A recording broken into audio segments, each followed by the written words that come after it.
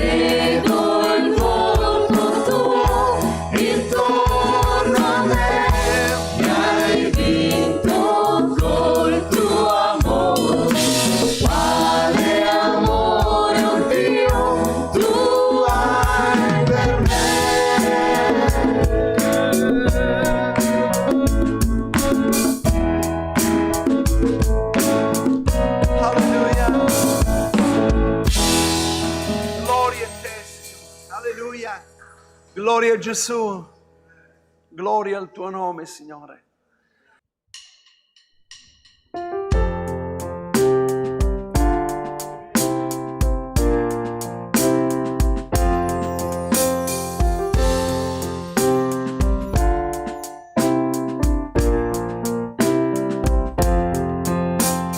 Hai lasciato il tuo regno, hai donato la tua vita, hai sofferto la croce per me.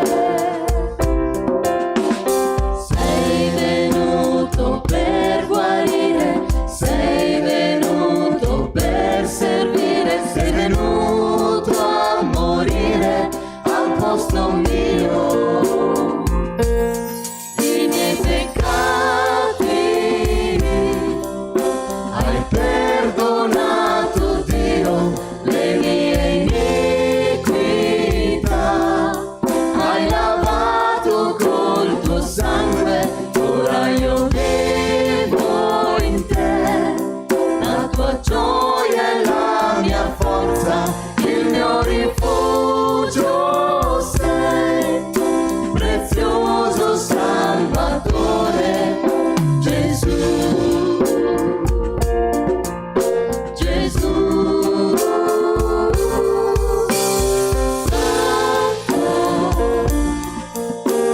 Santo, Santo,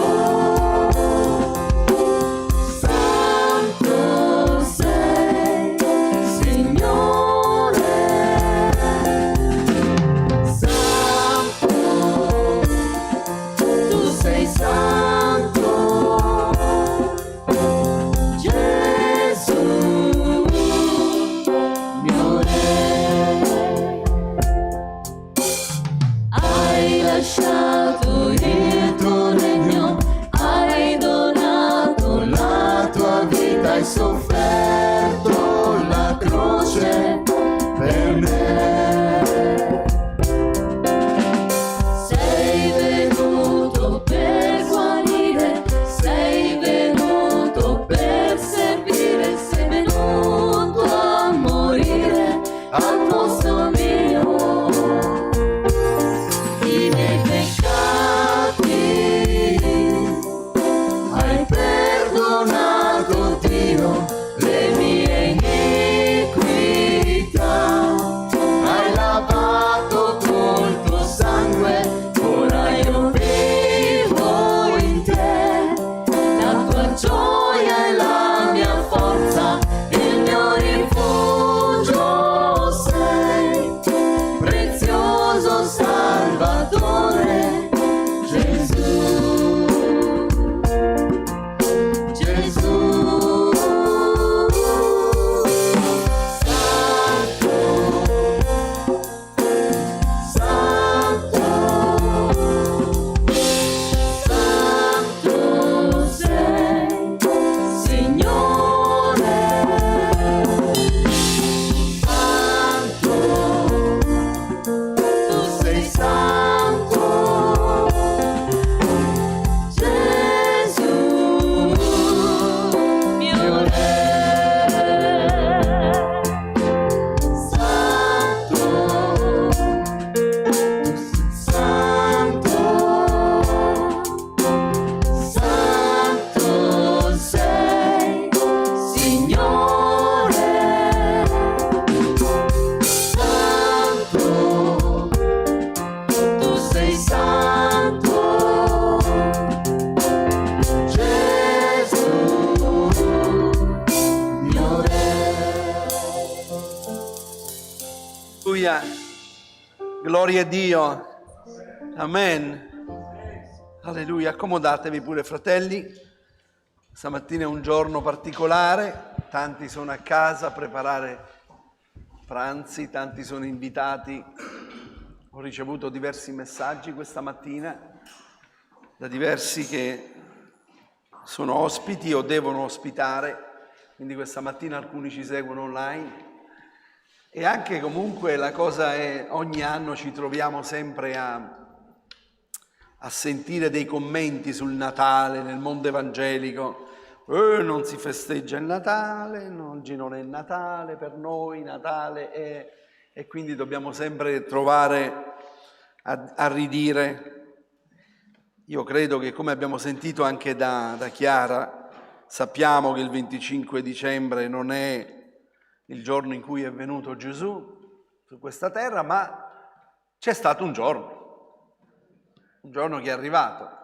E gloria a Dio per quel giorno meraviglioso che il Signor Gesù è venuto nella pienezza dei tempi, dice la parola di Dio, no? Dio ha stabilito un tempo e quel tempo Lui è venuto, ma ancora di più gloria a Dio quando Gesù è nato nel nostro cuore, quando abbiamo aperto questa stalla, questa mangiatoia e Lui è venuto ad abitare nel nostro cuore, ha pulito, ha fatto piazza pulita ed è venuto a nascere nel nostro cuore.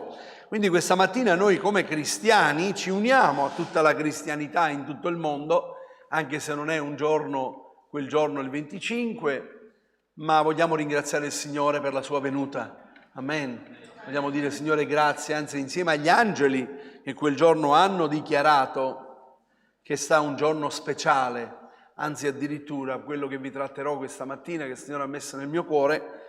Domenica scorsa abbiamo trattato come dono anche che Dio ci ha donato ad ognuno di noi il libero arbitrio e abbiamo parlato delle scelte, no? Dio ci ha dato un'intelligenza per poter scegliere e fare delle scelte. Questa mattina vi parlerò di un altro dono che Dio ci ha fatto oltre alla venuta di Gesù, che è il dono più grande che abbia potuto darci, ma attraverso di esso abbiamo ricevuto un altro dono che parleremo questa mattina. Io devo anche portarvi dei saluti particolari questa mattina perché mi sono arrivati i saluti per la Chiesa da Don Luigi, Dan Giorgio, io ho il nome proprio, Don Giorgio. Pastore Gianni, salutami la tua bella comunità. Quindi sono in dovere di farvelo, di farvi anche i saluti.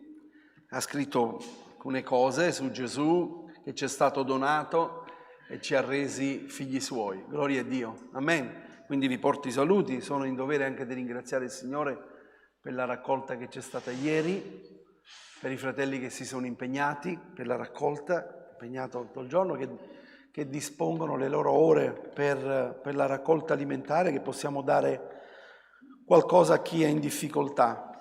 Va bene. Allora, che cosa predicare a Natale?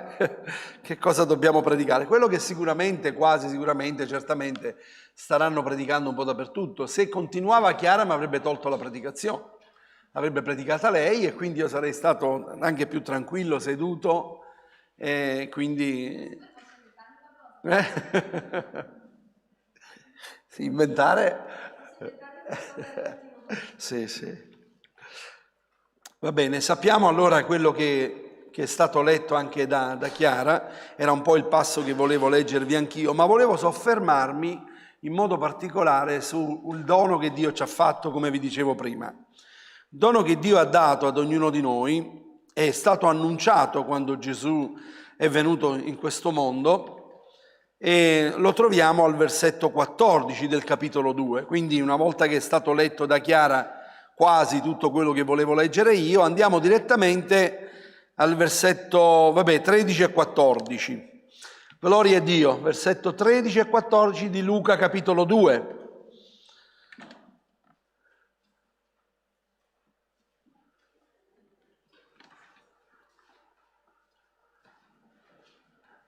Ok, ci siete? Tanto non è difficile prendere Luca, no?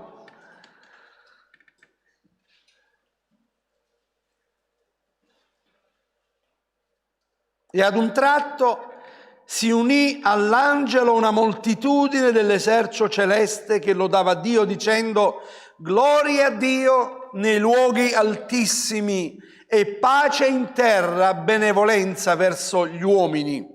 Diverse traduzioni dicono gli uomini di buona volontà, gli uomini che Dio gradisce, ma dove io vorrei soffermarvi con voi è proprio questo dono che Dio ci ha dato. Prima della venuta di Gesù la pace non c'era. Cristo è dichiarato il principe della pace. È stato dichiarato in Isaia capitolo 9, versetto 5 dice proprio: Cristo è il principe della pace. Efesini capitolo 2, versetto 17 dice: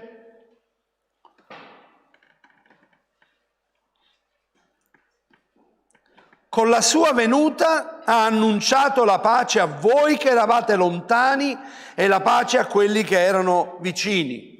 Gesù ha annunciato la sua pace e sto sottolineando in modo particolare sua pace, perché Paolo quando scrive le lettere o quando parla ai credenti ci parla della pace di Cristo. Ora, noi sappiamo per certo che il diavolo, quello che vuole togliere dalla nostra vita, ma non soltanto dalla nostra vita, ma in tante famiglie, è proprio la pace. È proprio quello che lui desidera togliere, la pace, perché dice la parola di Dio: meglio vivere con un pezzo di pane, con la pace del Signore, che vivere nella ricchezza, nell'abbondanza, che non c'è la pace di Dio. Che bello questa mattina sentire Antonella e vedere proprio uniti con Vincenzo mano nella mano, dove prima in quella casa non c'era pace. Adesso c'è pace ed è meraviglioso. E adesso che non ci sono i figli, ve lo posso dire, era bello vedere i vostri figli che ti guardava sul viso e vedere quel volto, perché anche loro l'hanno vissuto questa situazione. Ma come nella vostra casa, in tante famiglie purtroppo non c'è pace. E Cristo è morto, cioè Cristo proprio è venuto a dichiarare, quando è venuto ha detto pace in terra, cioè quando è venuto Gesù ha portato pace, la pace sulla terra. Che meraviglia! E così dovrebbe essere in ogni famiglia, specialmente in ogni famiglia cristiana, così detto cristiana. Fra gli orientali, così in antico fra gli ebrei, la shalom di Dio, perché pace è shalom, pace, era il saluto ordinario all'arrivo e alla partenza. Quando arrivavano dicevano pace e quando se ne andavano dicevano pace. Ancora tuttora tra gli ebrei dicono shalom e poi quando vanno via dicono shalom, la benedizione. È importante. E Gesù ha fatto la stessa cosa. Perché Gesù ha fatto la stessa cosa? Quando è arrivato in questo mondo ha portato la pace. Gli angeli hanno annunciato la pace. E Gesù, prima di ascendere al cielo, che cosa dice ai suoi? Vi lascio la mia pace. E addirittura lui dice: io vi lascio la pace, vi do la mia pace. In Giovanni capitolo 14, versetto 27, vi do la mia pace, ve la do, non come la dà il mondo. Il vostro cuore non sia turbato e non si spaventi. Cioè una pace sovrannaturale, è la pace di Cristo. Lui stava lasciando questa terra, stava andando al Padre, stava per donare la sua vita, sicuramente era motivo di scandalo, come disse lui, per qualcuno sarà un motivo di scandalo. E Giovanni disse: non per noi, disse Pietro, non per noi sarà motivo di scandalo. Certamente quando succedono certe cose per noi incomprensibili può essere uno scandalo, ma se nel piano di Dio non è uno scandalo, perché Dio poi sa sistemare le cose, grazie a Dio. Quando Dio fa le cose le fa bene e le sa fare. Ma a volte, ecco, allora lui sta dicendo qui: il vostro cuore non sia turbato, io vi do la mia pace. Questa mattina, se avessimo avuto il tempo, avrei detto ad ognuno di voi, quando ti sei trovati in situazioni difficili, in situazioni veramente dove non sapere come risolvere quella situazione, o ti sei trovato in una situazione di infermità, di malattia, hai mai ricevuto la pace del Signore su di te? Ti è mai arrivata la pace sulla tua vita? Che tu sentivi di avere questa pace dentro di te e quella pace incomprensibile, una pace che non sai spiegarti, anche quando c'è qualche funerale, c'è la perdita di un caro, di un genitore, addirittura di un figlio, che sono le perdite più brutte che possono esistere. Per un genitore preferisce andarsene prima lui per vedere un figlio. Invece c'è anche questo, un marito, una moglie che va via, che il Signore se la chiama a sé. Senti la pace del Signore. E lui ha dichiarato questo, è un dono la pace del Signore sulla Chiesa. Il Signore la Chiesa deve vivere con questa pace nel proprio cuore, perché diciamo, è qualcosa di sovrannaturale che il mondo non può darti. Io vi do la pace che il mondo non potrà mai darvi. Eppure molte persone pensano in tutti i modi di acquistare la pace. Cercano in tutti i modi di trovare, come dire, la soluzione anche economicamente, finanziariamente, di poter acquistare qualcosa che, o bene o male, avrò pace. Se mi succede qualcosa sono al sicuro che possa affrontare questa situazione. Diciamo che poi si scopre che il denaro non può dare pace e non dà pace, perché la vera pace viene dallo Spirito Santo, il Paracleto, il Consolatore, colui che ci consola in ogni nostra afflizione, dice la parola di Dio. Che meraviglia, questa pace sovrannaturale. E Cristo sta parlando non di una pace normale, sta parlando della sua pace. Colossesi capitolo 3, versetto 15, Paolo parla di questa pace. Perché dice, in altri versi, voi potete notare che dice la pace di Dio, Padre. Qui Paolo ai Colossesi al capitolo 3, versetto 15 dice, è la pace di Cristo, alla quale siete stati chiamati per essere un solo corpo, regni nei vostri cuori. Vedete, anche qui vorrei sottolineare una cosa. Paolo qui sta dicendo che la pace regna nei nostri cuori quando noi viviamo in comunione, quando noi siamo in pace con gli altri. E la pace di Cristo regni nei vostri cuori, dice qui la parola di Dio, alla quale siete stati chiamati per essere un solo corpo in Cristo. Quante divisioni, quante separazioni. Paolo qui sta dicendo che la pace regna nei nostri cuori quando noi siamo un solo corpo in Cristo Gesù. Gesù ha pregato per questo. Gesù ha detto, Padre, fai che siano uno, come io e te siamo uno. L'unità del popolo di Dio, l'unità del corpo di Cristo. Qualcuno ha fatto una statistica, si parla più di 4.000 e qualcosa nel mondo cristiano di visioni differenti. Pazzesco. Non avrei mai immaginato che arrivassimo a questo numero. Tu te lo ricordi, Arianna? Quant'era? 4.000 e? Che l'abbiamo visto l'altro giorno. 4.000 e qualcosa. Cioè, è pazzesco nel mondo cristiano. Provate a immaginare se tu... 43.000. Cioè, cosa fuori da ogni logica. Ognuno ha la sua visione, ognuno ha il suo modo di pensare, ognuno ha la sua... Qualcuno ha fatto una statistica. Voi provate a immaginare invece se nel mondo cristiano fossimo uno, tutti quanti. Wow!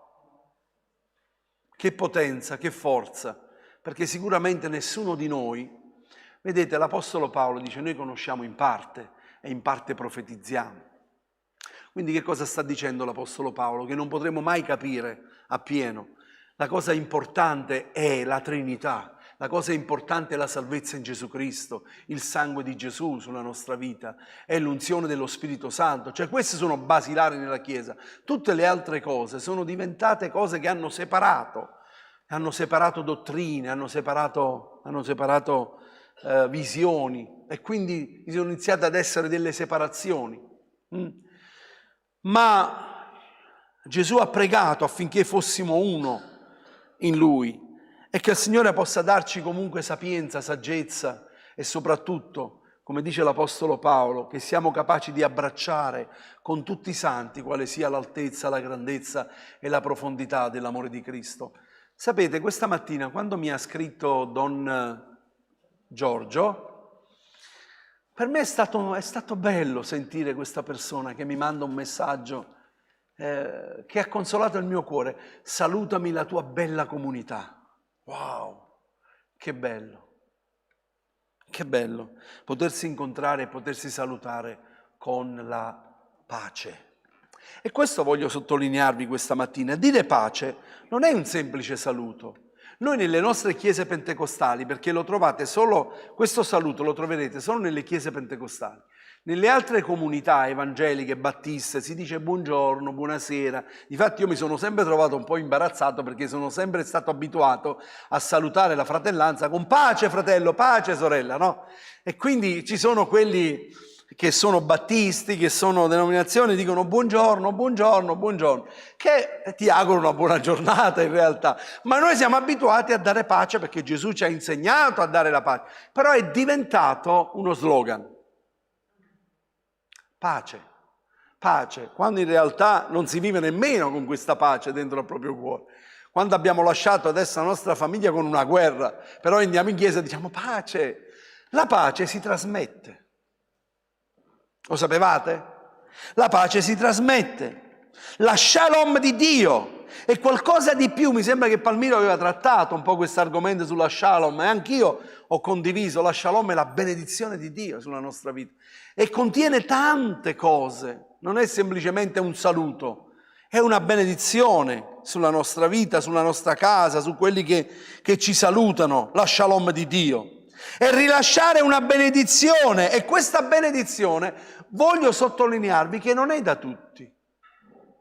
Cioè Cristo ha dato ai suoi figli, cioè ai suoi fratelli, Dio ha dato per i suoi figli di poter avere questa benedizione per poter trasmettere la benedizione. Mi sono spiegato?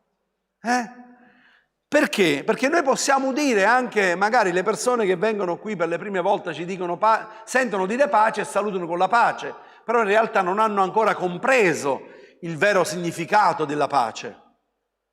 Non l'hanno ancora compreso, ma noi come figli di Dio lo dovremmo trasmettere. Guardate cosa dice la parola di Dio. Ci dice che noi dobbiamo essere figli di pace. E ve lo dico dove lo troviamo. Nelle istruzioni che Gesù diede ai suoi, diede un mandato a Luca capitolo 10, versetto 5 e 6. Che cosa dice?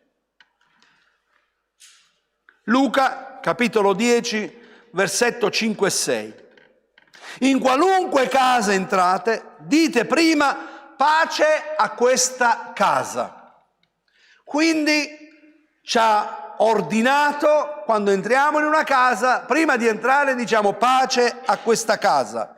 Se vi è lì, guardate, se vi è lì un figlio di pace, la vostra pace riposerà su di lui. Quindi vuol dire che ci sono i figli di pace. L'avevate mai notato questo verso? Ci sono i figli di pace. La vostra pace riposerà su di lui. Se no, tornerà a voi. La pace non è un possesso che gli appartiene ad altri che non hanno conosciuto il Signore. Quella è una pace effimere. La pace invece è la pace di Cristo, che Lui ha dato ai Suoi. L'eredità che mi avete sentito dire chissà quante volte, prima di ascendere al cielo, perché Gesù non aveva nulla su questa terra economicamente e finanziariamente, però come eredità dice io vi lascio la mia pace. Vi lascio la mia pace. E fratelli, quanto abbiamo bisogno della pace del Signore? Quanti ne abbiamo bisogno della pace? Perché in questo mondo siamo tribolati in ogni maniera. Nel mondo avrete tribolazione. Ma state in pace, perché io ho vinto il mondo. Che bello, che bello. Abbiamo bisogno della pace. Vi è una pace finta, effimera, che non regge. E questa pace, nella parola di Dio, io l'ho inquadrata come un intonaco di malta che non regge. Perché? Avete mai visto fare un muro? Avete mai visto un muratore che fa un... Beh, Gildo sicuramente dice sì, ci saranno altri che avranno visto. Io in questi giorni, che c'è stato a casa mia nuova, ha fatto la calce. Ecco, sapete che per fare la calce bisogna saperla fare. Perché se la fai più liquida, la butti fino al muro, boom, scende giù. Bisogna saperla fare, è giusto, perché e si applica e rimane lì. Poi nel frattempo e poi dopo ci passi la cosa. Quindi non è facile farlo.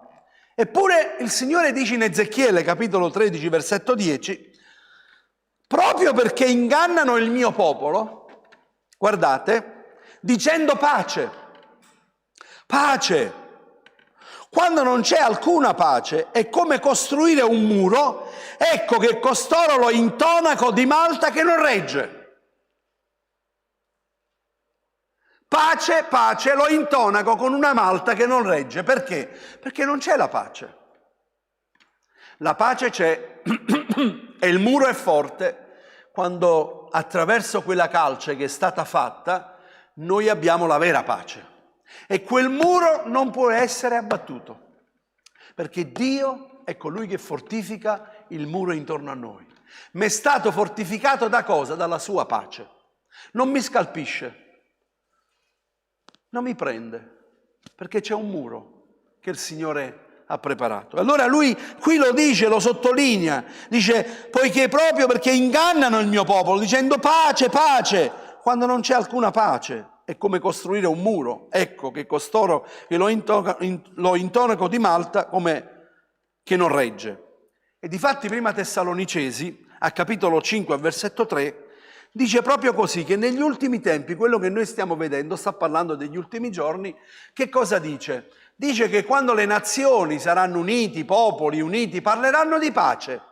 Avete mai sentito? Io l'ho sentito diverse volte. Finalmente c'è pace in Gerusalemme perché non si attaccano. Finalmente ecco che è arrivato il presidente dall'America, ha fatto firmare un documento di pace tra l'uno e l'altro, finalmente c'è pace. Verrà un giorno di cui, come dice qui ai Tessalonicesi, verrà un giorno che diranno così. Quando infatti diranno pace e sicurezza, allora una subito rovina cadrà loro addosso, come le doglie di parte alla donna incinta, e non scamperanno affatto. È una pace effimera, firmati da uomini che oggi dicono una cosa, domani ne dicono un'altra. Quella firma non ha nessun valore.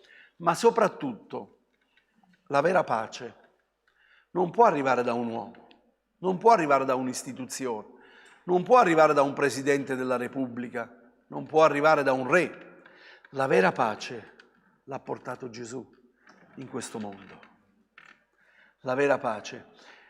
Ma non soltanto l'ha portato, ce l'ha dimostrato. Ce l'ha dimostrato. Se voi andate a studiare, io più studio la parola di Dio, più vado a vedere i miracoli, più vado a vedere le accuse che gli facevano a Gesù. Se noi vediamo proprio nella crocifissione che lo prendono a sberla e dice tu sei il re dei Giudei, lui dice tu lo dici.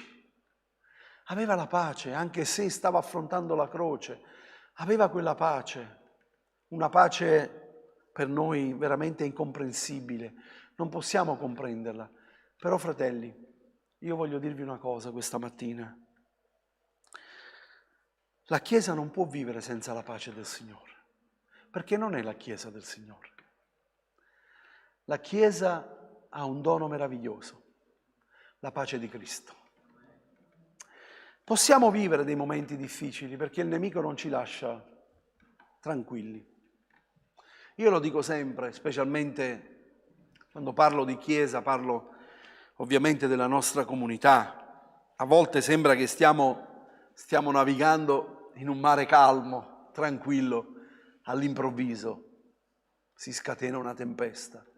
All'improvviso esce magari qualche pesce gigante da sotto le acque e cerca di far sbattere in 22 anni ne abbiamo viste tante. Chi sta con me qui da allora ne abbiamo viste tante, abbiamo avuto tanti attacchi, abbiamo visto un mare scatenato. Però quello che voglio dirvi, che come l'Apostolo Paolo, quel giorno in quella tempesta, si alzò, in quella sciagura, si alzò e disse a tutti coloro che erano con lui: state calmi, state tranquilli, perché il Signore mi è apparso e mi ha detto che perderemo soltanto la barca,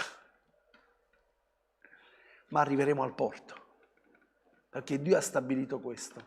Sapete perché questo era avvenuto? Perché Cristo guardava, perché il Signore era lì, perché la presenza del Signore è lì. Ed è importante la presenza del Signore nella Chiesa, perché possiamo perdere qualche scialuppa, possiamo perdere qualche remo, possiamo perdere qualcosa che fa parte della nave, ma l'importante è che il Signore è con noi.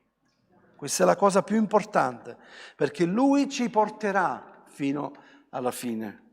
Isaia capitolo 57 versetto 21 dice così: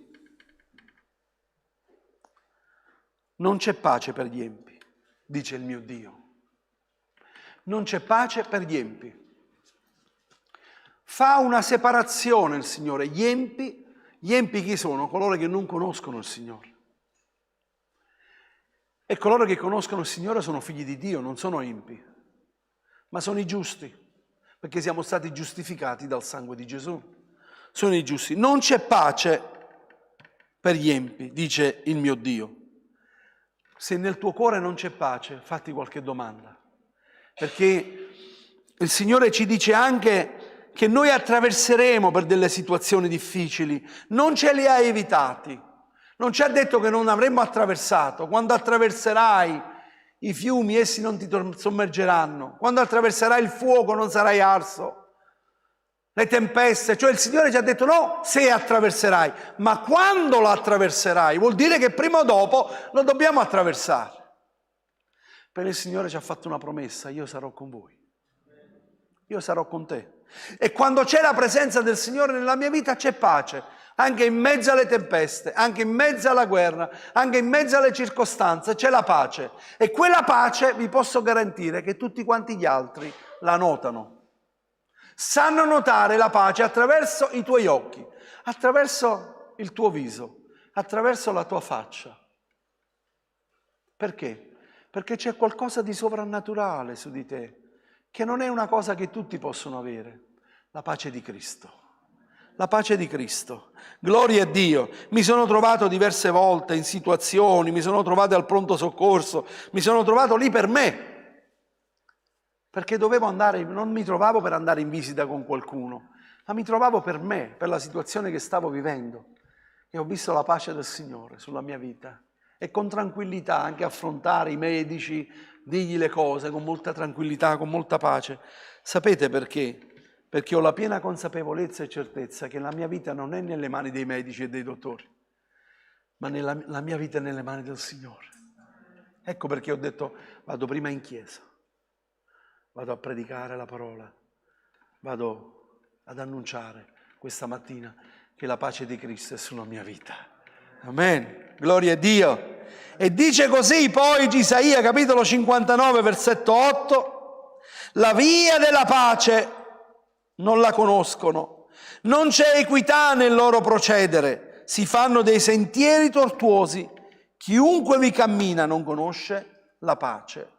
Chi non ha la pace del Signore cerca in tutti i modi, con sentieri tortuosi, quelli di farsi le proprie vie. Come dice la parola di Dio, molti per sentito d'udire si sono fatti i propri insegnanti, le vie tortuosi, non hanno pace nel loro cuore. Ti posso garantire, se c'è pace nella tua vita, potrai affrontare tanti problemi, tante difficoltà, tante situazioni difficili. Ieri parlavo con i fratelli che mi hanno aiutato, siamo andati a mangiare poi qualcosa insieme nella pausa pranzo e dicevo, proprio parlando di alcune situazioni che vengono sulla Chiesa, che circostanze, dicevo anch'io l'ho vissuto come membro di Chiesa, non come pastore, come membro di Chiesa. Credo che forse anche altri che sono qui presenti l'avranno passato anche loro. Essere messo sotto disciplina per qualcosa che non hai fatto, o meglio, non pensavi di aver commesso nessuna cosa che avrebbe potuto mai in qualche modo offendere o intrecciare un cammino della Chiesa o scavalcare qualcuno. Non era mia intenzione, però fu presa una decisione nei miei confronti di essere sotto disciplina e io accettai la disciplina.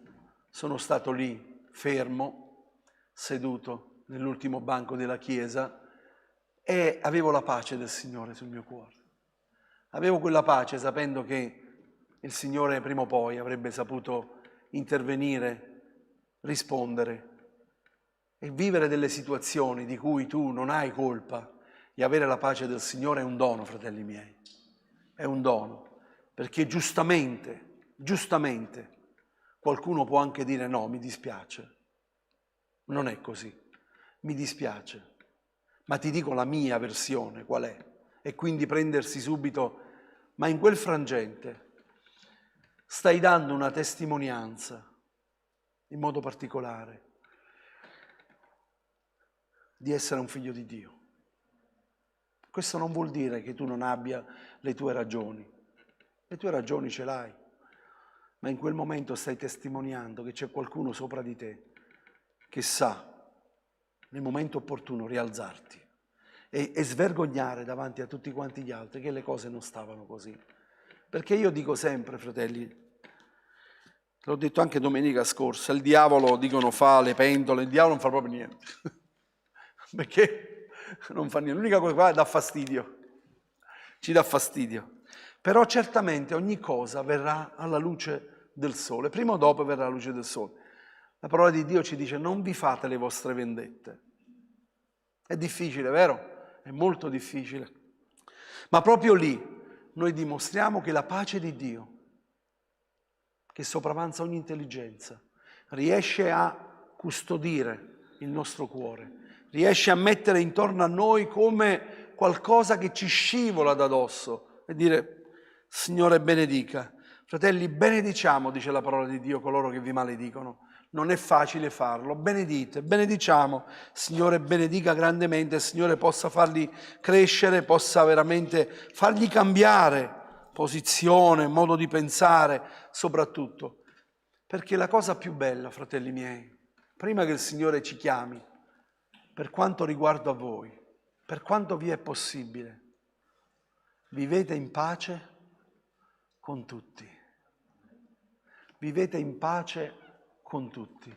Vuol dire proprio salutarsi con la pace del Signore. E cosa ci ha detto? Quando entrate in una casa, dite pace a questa casa. Se vi è un figliuolo di pace, la pace riposerà su di lui. Altrimenti che cosa fa? Ritorna indietro e riposerà su di noi. Sempre se noi teniamo fermamente ciò che la parola di Dio ci ha insegnato e ci insegna. Amen. Ecco, io ho terminato qui il mio messaggio, la predicazione, ma adesso vorrei che ci alziamo in piedi e possiamo, ognuno di noi, possiamo pregare al Signore, perché ognuno di noi conosce quello che c'è nel nostro cuore. Ognuno di noi sa se non sta vivendo in pace con qualcuno, se vi è delle difficoltà proprio a livello proprio di avere un rapporto fraterno con qualcuno, se ci sono difficoltà nella tua casa, se ci sono difficoltà nella tua famiglia, se ci sono difficoltà anche al lavoro, dovunque tu sei, noi siamo sale e luce della terra. E siccome che quando Cristo è venuto, questo dono ce lo ha dato, l'ha dato ai suoi figli. Sei tu un figlio di Dio, sei un figlio di pace. Amen. Quindi questa mattina noi può darsi, può succedere, può capitare, perché siamo umani, non abbiamo questa pace nel nostro cuore verso qualcuno. Vogliamo chiedere al Signore, vogliamo dire: Signore, riempi il mio cuore della tua pace, fa che il tuo amore abbondi nella mia vita, affinché io possa, Signore, poter vedere anche come tu vedi, non come io vedo, perché noi siamo limitati, vediamo fino a un certo punto, ma il Signore vede al di là. A volte noi vediamo le cattiverie e dietro a questo magari non c'è cattiveria, ma a volte c'è anche un momento di, come si dice, di fare qualcosa senza averlo fatto del male, ma inconsapevolmente. E quindi a volte noi quella cosa invece la prendiamo del male. Fratelli, lo dicevo anche giovedì all'incontro che abbiamo avuto, se noi vogliamo vedere del male in qualcuno lo troviamo, perché nessuno di noi è perfetto.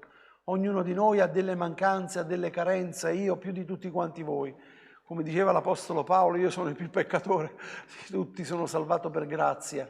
E quindi nel ruolo che Dio mi ha assegnato a volte faccio degli errori, non è facile, ho bisogno delle vostre preghiere, ho bisogno del vostro sostegno, ho bisogno del vostro incoraggiamento, perché chiunque ha una responsabilità si trova anche a sbagliare, perché no? Ma l'importante è averlo fatto con un cuore sincero davanti al Signore. Allora questa mattina io per primo voglio dire: Signore, riempimi della tua pace, ho bisogno della tua pace. Fratelli, preghiamo per le nostre case, per le nostre famiglie, le nostre coppie.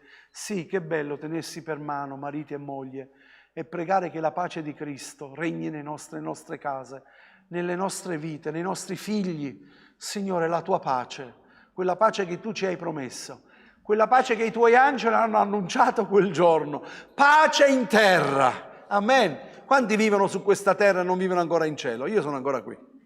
Quindi pace in terra, pace nella tua famiglia, amen. Alleluia, amen. Voglio concludere con un cantico che cantiamo con il coro gospel. La pace che ho, il mondo non mi donò, la pace che ho, il mondo non mi donò, la pace che ho, il mondo non mi donò, il mondo no, il mondo non mi donò, la gioia che ho, il mondo non mi donò, la gioia che ho, il mondo non mi donò, la gioia, il mondo non mi donò, il mondo no, il mondo non mi donò, l'amore, l'amore, alleluia, il mondo non mi donò, l'amore che ho, il mondo non mi donò, l'amore che ho, il mondo non mi donò, il mondo no, il mondo no, il sorriso che ho, il mondo non mi donò, il sorriso che ho, il mondo non mi donò, il sorriso che ho, il mondo non mi donò, il mondo no, il mondo non mi donò. Alleluia! Qualcuno non ha voluto far vedere il sorriso che ha perché c'ha un dentista che non è bravo. Alleluia, gloria a Gesù. Grazie Signore, Signore ci benedica, buona domenica a tutti quanti voi e posso dirvi alla fine di questo culto buon Natale, ma il vero Natale di Cristo Gesù il nostro Signore. Vi aspettiamo questa sera, in fede dico ci sarò anch'io, ok? Pace.